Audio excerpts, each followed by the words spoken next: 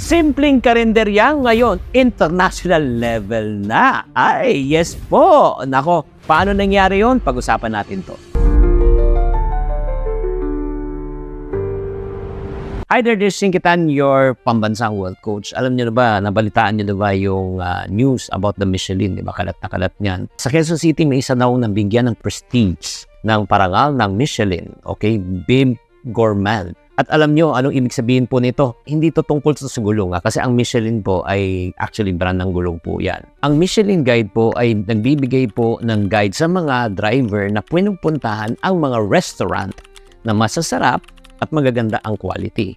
At isa sa pinaka-prestisyong parangal, yung kainan sa mundo ay tinatawag na BIB Gourmand. Ito ay ginagawa naman sa mga restaurant or mga eatery nagsisilbi na masarap na quality food pero affordable. Kasi may mga ibang Michelin na medyo mataas po ang presyo. Ang ibig sabihin, hindi mo kailangan talagang mabutas ang iyong budget kaya para ikaw ay kumain dito. Mukhang pang-iponaryo to. So, paano ba nakuha ng isang karinderya ang isang international recognition?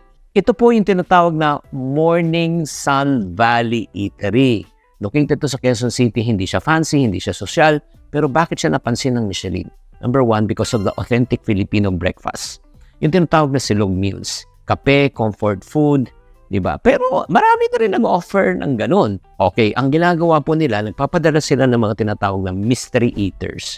Hindi na sinasabi na talaga sila ay mga mga judges or let's say mga food critic sa lahat ng mga restaurant. Pero napansin nila dito sa restaurant na ito, consistent ang taste at quality. Tapos homey ang atmosphere. Parang feeling welcome yung mga customer. Parang community lang talaga. At swak na swak sa presyo, affordable prices. At ang kagandahan dito, local ingredients ang ginagamit. So kung makikita mo, ang sikreto, hindi lang basta luto. May passion, may standard, at may branding. Yung homey effect. Kung titignan po natin, kahit ang simpleng karenderya ay pwedeng mag-isang case study ng success kapag pinag-usayan. So ano po ang naging effect ng business nung sila po ay na-recognize? Itong karenderya na ito ay nung lumabas ang balita, ay nako, syempre maraming marites. Ha? Michelin? Not affordable? Sa Quezon City, ay syempre tumaas ang foot traffic. Nag-viral. May mga customers and other clients, even tourists na naging curious. Nako, kaya nga ang kagandahan, tumaas po ang demand. Siyempre naman, pag tumaas ang demand, happy-happy yan talaga. As a matter of fact, alam nyo ba, nung sila ay nag-open, nung first few days after the announcement, isang oras pa lang, ubus na agad ng kanilang dinuto. Kaya nga, kung ikaw ang may-ari dyan, ikaw may-ari, be prepared. Hindi ka pwedeng parating mag-out of stock. Kasi kung parating na lang out of stock ka, dahil sa in-demand, ay may problema ka. Hindi na babalik ang customer. Sayang advertisement mo. Kaya kailangan i-train mo na yung staff mo. That's number one. Ayusin mo na yung sistema ng kusina mo.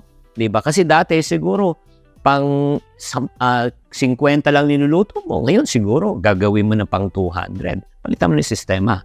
Number 3, inventory management. Ayusin mo na rin. Para makapag-scale ka na. So, ano po ang potential nito sa future? Alam mo, ang magandang potential po nito, pwede silang mag-launch ng panibagong branch. Diba? Pwede silang magkaroon ng franchise model. At pwede silang, again, pag-feature pa, marami pang food vlogger ang pupunta, syempre, mas lalo pang makikilala. Ay nako, ang kagandahan po niyan. Ito po, tip ko rin, kung yung may-ari mismo ng karenderya na ito ay nakikinig, alam mo, isa pang tip ko po sa inyo, yung mga signature food nyo, pwede nyong gawing frozen at ibenta nyo sa inyong mga parokyano or pwede ka rin gumawa ng sarili mong line ng food sauces or bottle sauces or breakfast kits. Kaya nga mga kapatid, talagang success brings really opportunity and pressure. Kung hindi ka nagmamanage ng iyong negosyo ng tama, alam mo, hindi talaga siya lalago. Kaya kung ikaw may maliit ka na negosyo na nakikinig ngayon, maghanda ka na. Para next time, malay nyo, ikaw naman ang next na makikilala. At para sa mga tao na gustong magnegosyo pero hindi alam, hindi paano ka magnegosyo, may good news po ako sir. Meron akong tinatawag na 14-day AI Nego Challenge. So, ano itong 14-day AI Nego Challenge na ito? Gusto mo bang mag-start ng negosyo pero natatakot ka? Good news! Stop guessing and start running your business with clarity. Get access to Negosyo GPT powered by my proven business frameworks. Kung gusto niyo makakuha ng access, alam niyo dapat niyo gawin? Click the link below or type Nego GPT.